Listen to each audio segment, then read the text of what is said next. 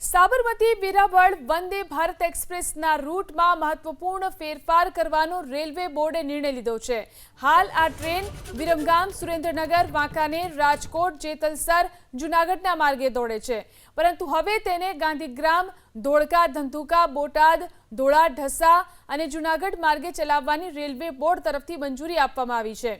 નવી સમયપત્રિકા મુજબ train number 24901 સાબરમતીથી સવારે 6 વાગે ઉપડી અને બપોરે 12:50 વેરાવળ પહોંચાડશે, જ્યારે કે ટ્રેન નંબર 29602 વેરાવળથી બપોરે 3:50 ઉપડી અને રાત્રે 10:25 સાબરમતી પહોંચાડશે।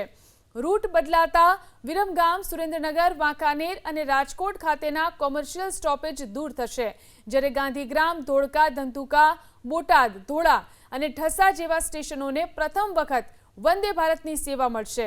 રેલવે બોર્ડના આદેશ મુજબ ફેરફાર એડવાન્સ રિઝર્વેશન પીરિયડ અથવા નો બુકિંગ તારીખોમાં જે વહેલી હોય તે તારીખથી અમલમાં મૂકવામાં આવશે।